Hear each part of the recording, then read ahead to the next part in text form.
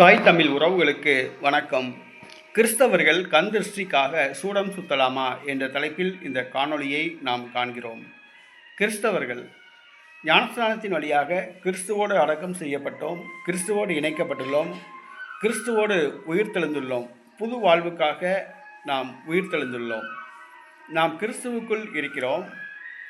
சிலர் கண் திருஷ்டிக்காக சில கிறிஸ்தவர்கள் சூடம் சுற்றுவார்கள். வெள்ளி செவ்வாய்க்கு சூடம் சுற்றி வீட்டு வாசலில் வைப்பார்கள்.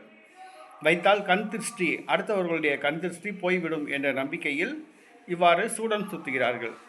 கிறிஸ்தவர்கள் சூடம் சுற்றக்கூடாது. கண் திருஷ்டி என்று எதுவுமே கிடையாது. ஆண்டவராக இயேசு கிறிஸ்து தன்னுடைய இரத்தத்தின் மூலம் நம்மளை நீதிமானாக்கப்பட்டுள்ளார். நம்முடைய சாபங்கள் எல்லாம் சிலுவையிலே சுமந்து தீர்த்து விட்டார். நம்மளை ஆசீர்வதித்துள்ளார். வானத்தின் மதகுகளை திறந்து இடங்கொள்ளாமல் போக மட்டும் அவர் ஆசீர்வதித்துள்ளார். நம்மை எந்த கண் திருஷ்டியோ நம்மை தீண்டாது, எந்த பிரச்சனைகளோ நம்மளை அண்டாது, பிறர் கண் திருஷ்டி நம்மளை கண்டிப்பாக பாதிக்காது. ஏனால் நாம் கிறிஸ்துவுடைய இரத்த கோட்டைக்குள்ளே உள்ளோம். ஆகவே சூடம் சுத்துதல் என்பது பிசாசுக்குரியது. சூடம் சுற்றக்கூடாது. அது இந்து மத வழிபாடு. அது ஒரு சாதாரண ஒரு கற்பூரம் காற்றுல கரைஞ்சி போயிடும். அதை சுற்றினால நமக்கு கண் திருஷ்டி போகிறது கிடையாது. ஆகவே நாம் கிறிஸ்துவனுடைய இரத்த கோட்டைக்குள்ள இருக்கிறோம். எதுவும் நம்மை அணுகாது.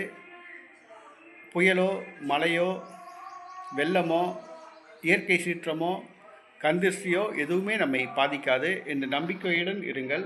சூடம் சுற்றுவதை தவிருங்கள்.